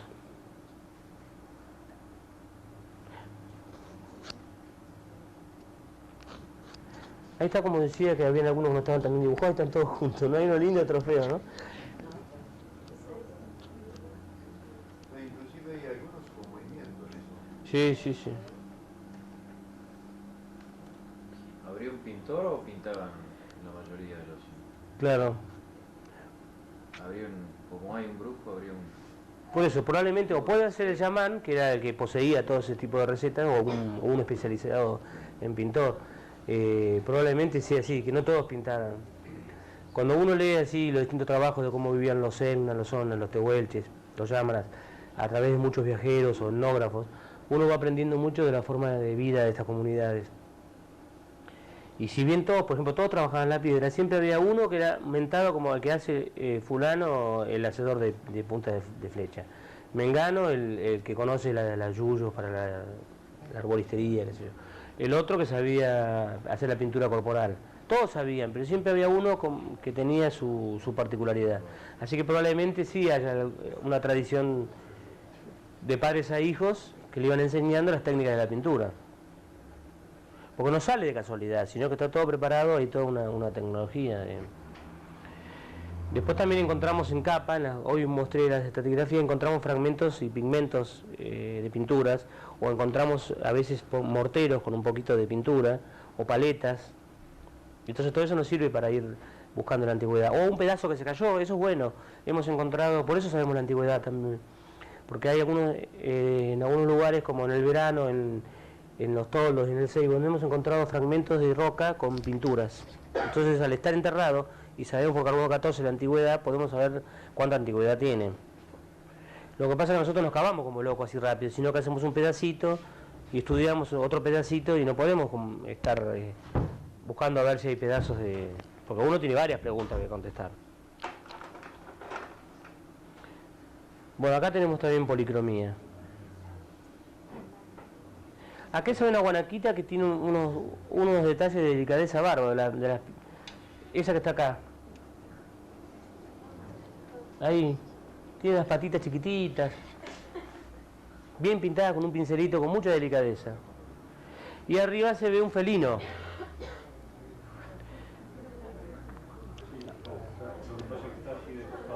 ¿Se ve? Sí.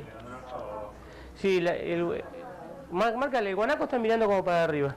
Ahí están las patas y ahí está la cabeza.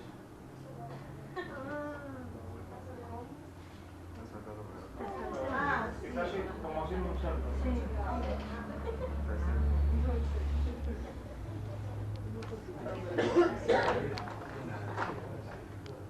Ahí está más de cerca.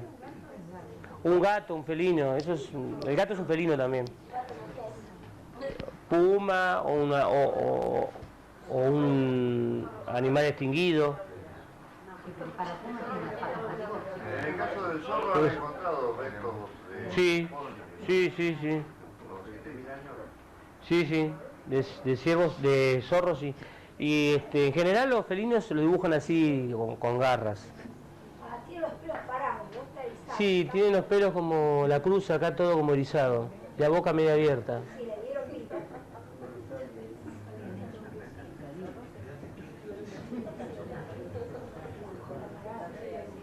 En América toda siempre se divinizó mucho el felino, tanto en América, en los Andes, en todo lo que era Perú, Bolivia, como en las culturas también de México. Empezando por los olmecas y por Chavín, siempre había un culto al felino. En los egipcios también.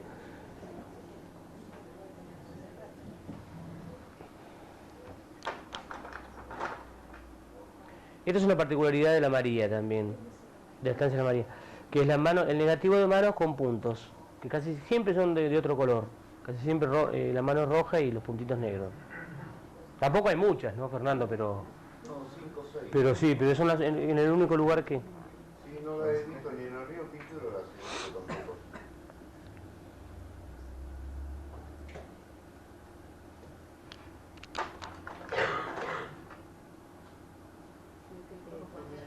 Acá hay de todo, se ve una figura humana, se ve una guaraca preñada corriendo.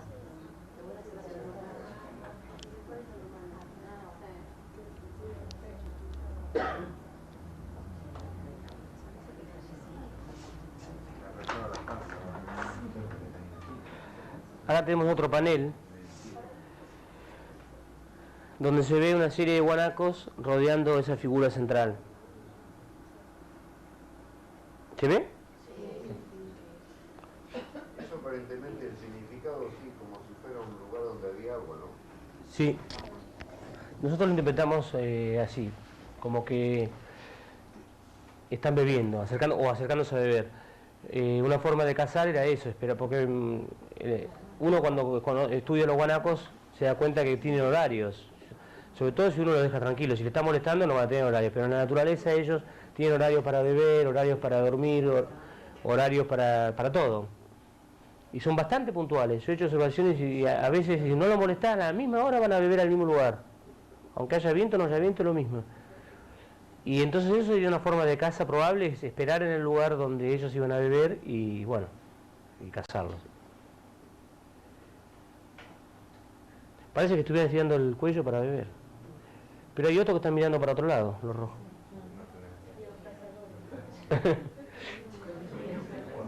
Ya se volvieron de tomar. Sí, tengo tiempo, me termino. Este es un hermoso dibujo de la estancia de María. La pregunta a conocerse es, ¿pintaron primero ese sol o cucaracha? ¿Dejaron pasar mucho tiempo y después vino otro y lo pintó arriba o fue el mismo pintor que lo hizo todo el mismo día? En este caso es muy difícil darnos cuenta porque el grado de pátina y de el estado en que están los presenta como que son más o menos de la misma época, pero no podemos estar seguros.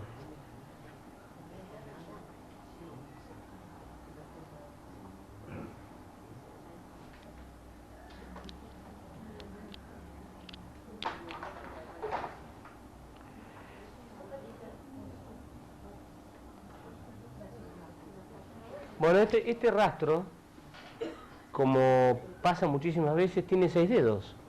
Eso es muchísimo los que son así. No sé, pero todos los felinos tienen 5 dedos, no sé qué.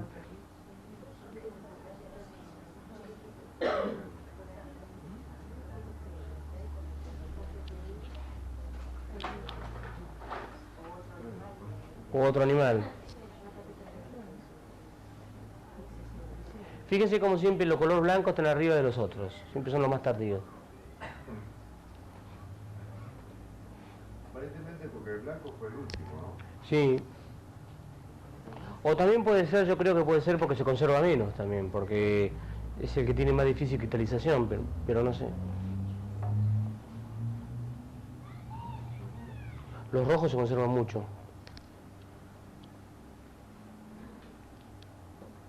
Ahí tiene un dibujo con un círculo concéntrico que tienen 3 colores.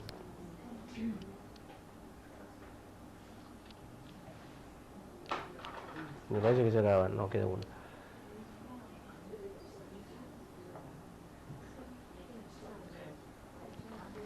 ¿Esto cómo lo interpretan?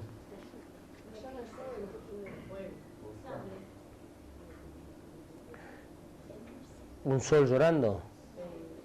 ¿Un cometa?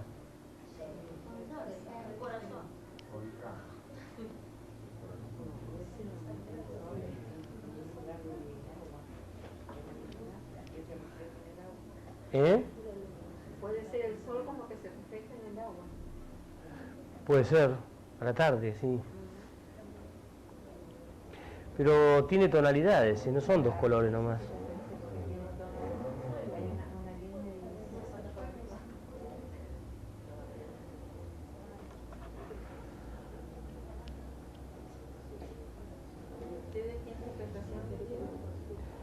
No, algunos como cometa,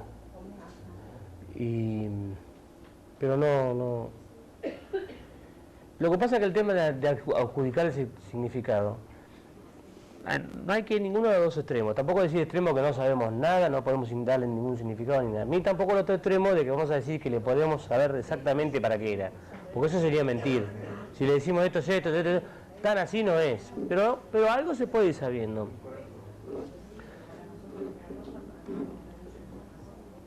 Ya el hecho de saber que era algo muy importante para su cultura, que pertenecía a la ceremonia, que no era... Porque a veces uno pinta la pared por un mero hecho estético, no era el mero hecho estético, sino que era parte de toda su simbología. Lo que hay que tratar es de traducir. La función más importante que cumplían era la de comunicar algo, una comunicación, dejar un mensaje, pero no es una escritura. No es como decir, bueno, hago la traducción, aprendo el jeroglífico y listo, ya voy y leo. Eso no lo podemos hacer. No es por falta de capacidad de los arqueólogos que estamos estudiando ahí, porque ninguno lo puede hacer del mundo. Por más que traigan a un equipo a tratar de traducir como si fuera un jeroglífico, no lo van a poder hacer porque no es una escritura. Sí es un hecho de creación y sobre todo de comunicación de un mensaje importante.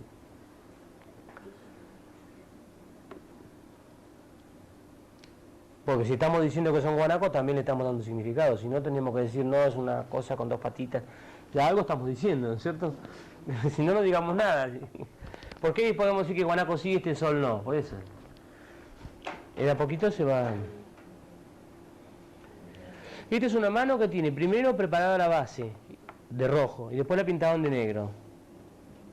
Y arriba hay un círculo muy importante. También es como una mano... Eso es lo que se denomina mano en positivo. No, este es negativo también.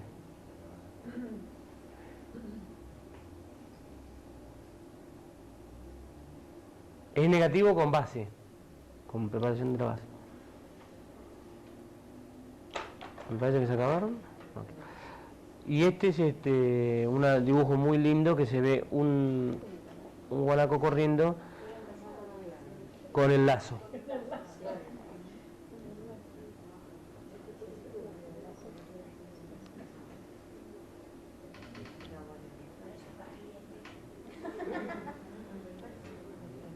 Llevando un barrilete atrás. Bueno, acá tenemos el panel, como decía Fernanda, y acá hay tres juntas, tres manitos con pinturas, con puntos. Y abajo capaz que hay otra más, que está más deslucida. Ahora, manos hay grandes, chiquitas, enormes, casi de bebé, hay de diferentes tamaños. ¿Hay de bebé? Hay de bebé, sí. Y ahí hay algunas chiquitas. Y hay 3 lugares donde encontramos todas manos de chiquititos. Una en la Reconquista, otro también en Los Toldos, en la María también hay. Son 3 paneles y todas son de color rojizo y están todos solamente de chiquitos. Y es muy impresionante entrar ahí, porque uno la ve, son todas manos de chiquititos. Y uno entonces cuando está solo ahí mirando, se queda mirando y empieza a recrear y a pensar y digo, ¿qué será? ¿Cómo habrán sido estos chiquitos poniendo la mano ahí? Y ellos se fueron tanto hace miles de años y dejaron ahí su manito en la pared.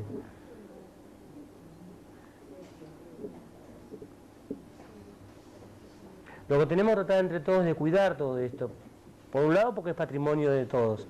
Y después por otro lado porque es fuente de investigación para muchos años. Entonces se dan cuenta que es más la duda que tenemos que lo que sabemos. Entonces hay que aprovechar todo esto y apoyarlo para que poder tener esta fuente de conocimiento, ¿no? Bueno, quedan estos dibujos extraños. ¿Qué es? Un marciano, ¿ves?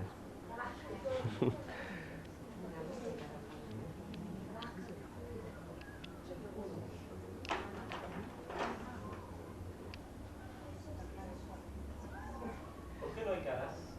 ¿Por qué no hay caras? ¿De hombres? Sí. Es una característica bastante general de toda el arte rupestre de todo el mundo. Porque tanto ustedes si conocen la cueva de Altamira, Lascaux, Ño y Fondegame, hay un montón de cuevas en Europa, en Francia y en España sobre todo.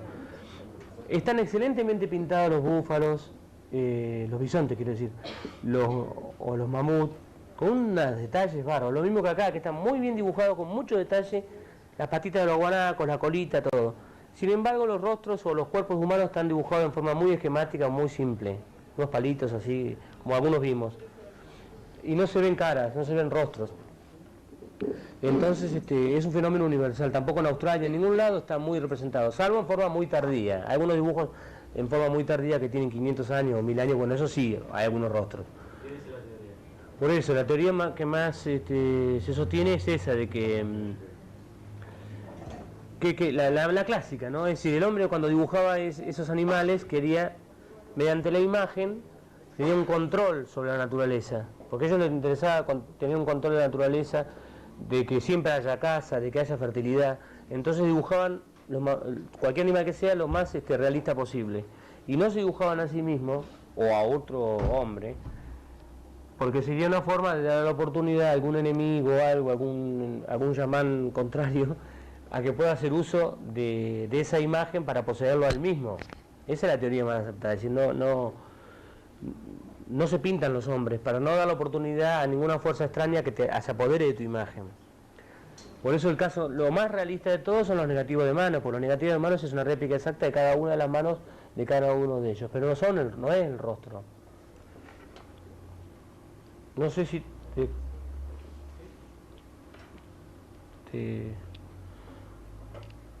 ¿Tienes alguna teoría distinta? No.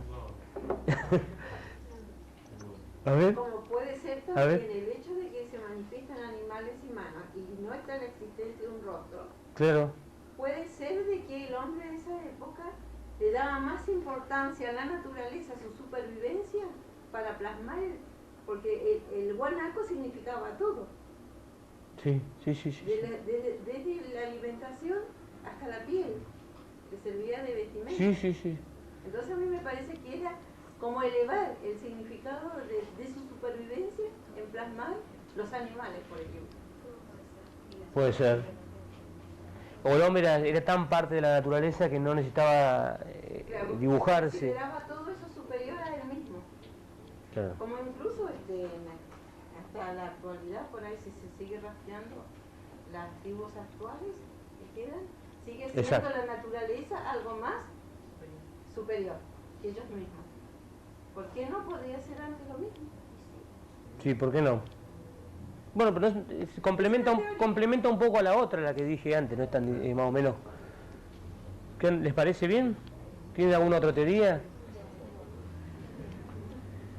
Eso es lo que tiene de lindo, porque todos tenemos que hacer, todos tenemos, el pasado nos pertenece a todos tenemos opinión del pasado y todos tenemos que opinar, porque es la única forma de encontrar la mejor idea. Si no, cada uno aislado no encontramos la respuesta. Nosotros no le podemos decir exactamente esto es así, porque si no mentiríamos, no es así. Pero lo que nos parece más probable, así como dice Nati, lo más probable es esto, decimos así, ¿no? Pero lo que sí sabemos es que en todos lados igual. En el viejo mundo tampoco dibujaban rostros en esa época. Sí, porque sigue la idea de que la naturaleza está por sobre el hombre. Sí. ¿Y el único animal que se dibujaba era el guanaco? Acá predominaba muchísimo el guanaco. Eso es otra cosa que nos llama la atención, porque ellos consumieron, cazaron algo de fauna extinguida, si bien por pocos años, 1000 años, pero convivieron con la fauna extinguida, que les mostré algo. A ver, sí, por supuesto, sí. Pero no hay dinosaurios, No.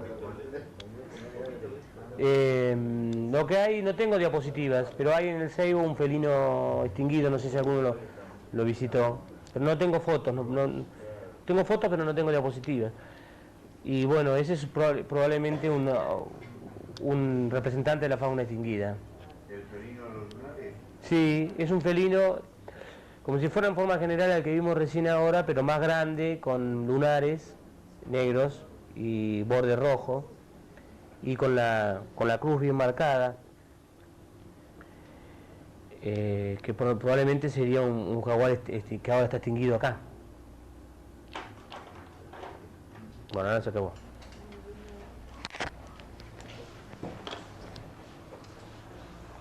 Muchísimo lo pasamos, ¿no? Bueno, no sé si quieren hacer alguna pregunta.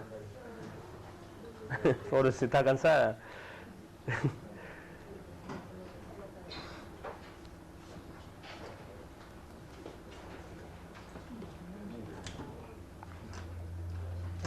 Yo voy a volver en enero, si Dios quiere. Y si Dios quiere también el otro enero o el otro febrero. Voy a venir todos los veranos, vengo. Y si Dios quiere voy a venir con mi familia este año. Así que cualquier cosa no... no hay ningún problema, si tienen 3 o 4 meses para pensar, si les ocurre algo yo no tengo ningún problema. Sí. Tengo muchos diapositivos de la cueva de las manos. Sí. ¿Usted visitó? ¿La María visitó? No, todavía no me... Tendría que visitar.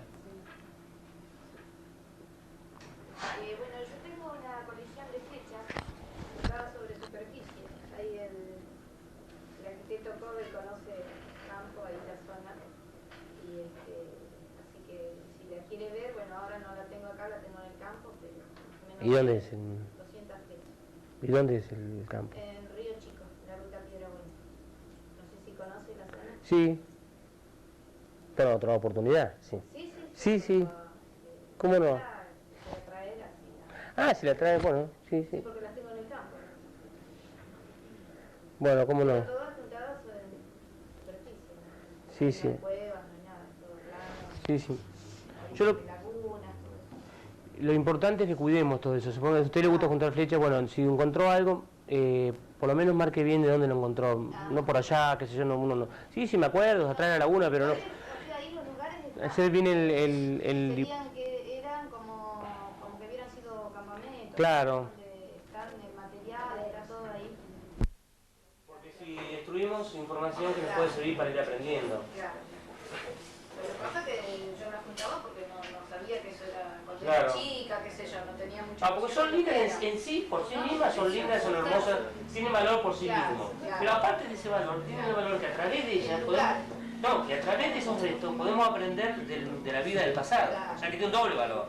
Pero que no nos deje que el valor que le dije primero nos quite la oportunidad de rescatar el otro valor, que es el valor de conocimiento del pasado. Por eso es que, sobre todo contando con la posibilidad de que uno puede venir todos los años, yo no tengo ningún problema en colaborar y eso, pero si es cuestión de evitar que se tropeen sitios arqueológicos, ¿no? Bueno, si usted quiere conocer, cuando Sí. venga, no hay ningún problema en ir al campo y recorrer ahí la zona. Bueno, ¿cómo no? ¿Tiene algún interés para usted? Es todo superficial, digo, lo que encontramos siempre. Sí. Orillas de lagunas, así, hay una costa de río. ¿Hacían estas cuevas o encontraban ya las cuevas hechas por No, así, no, son hechos por la naturaleza. ¿En el Seibo hay muchas cuevas? Sí. ¿Cómo? ¿En el Seibo hay muchas cuevas también? Sí. ¿Y las cuevas de Todo, entre Puerto Deseado y Río Chico hay como una gran zona, un triángulo donde es riquísimo en pintura rupestre. Es un patrimonio que ustedes tienen que defender y un legítimo recurso turístico. Pero para que sea un recurso turístico, lo primero que es más importante es que Dios quiera que siga 20 o 30 años, 20.000 años como recurso turístico. Y si no hacemos bien las cosas, estropeamos todo y deja de ser ya. Así que la investigación no se contradice con el turismo, sino que tiene que tratar de ir acompañada. Lo que pasa es que hay que hacer reserva de todo eso. O sea, una parte lo podés utilizar como turismo y otra parte lo tenés que Claro. utilizar como reserva para el turismo. Y aparte a veces da miedo. Hablábamos la vez pasada, Sí. que por el solo hecho de que entren personas dentro de una caverna a visitar la pintura rupestre te estropea a lo mejor toda Con los pies. la capa de Sí. sedimentación de lo que podés llegar a... Y a veces en forma voluntaria, porque escriben, si quieren llevar un pedacito. Y el problema es, a nosotros a veces nos da miedo decir dónde quedan los sitios, porque encima el sitio tiene mucho valor, es importante, más miedo nos da, porque van y... De campo les pasa lo mismo. Ah, sí, a los dueños sí. Tampoco no nos quieren decir a nosotros. Quieren denunciarlas porque se las estropean. Y a nosotros tampoco nos quieren decir por eso, pero después te van conociendo y... No, pero está bien eso. Por eso en el caso de la María nos sentimos más tranquilos porque, bueno, tenemos el compromiso de que Fernando y la familia va a acompañar a la gente, no la va a dejar solo que... Creo, baje también. De eso vos sabés bien porque vos has tenido que hacer de guía también. Hizo unas cuantas horas, como 3 o 4 horas y Fernando se hace 2 o 3 viajes por día sin ningún problema. Bueno, no sé si quieren hacer alguna pregunta. Yo podría seguir hablando, pero ya es tardísimo. ¿Usted cuándo fue a los granaderos? ¿Por qué camino fue? Por el Pedrero. Por pasando al Bornoz, sí. Porque hay otra forma, por Gregorio. Por ahí que es la habilidad también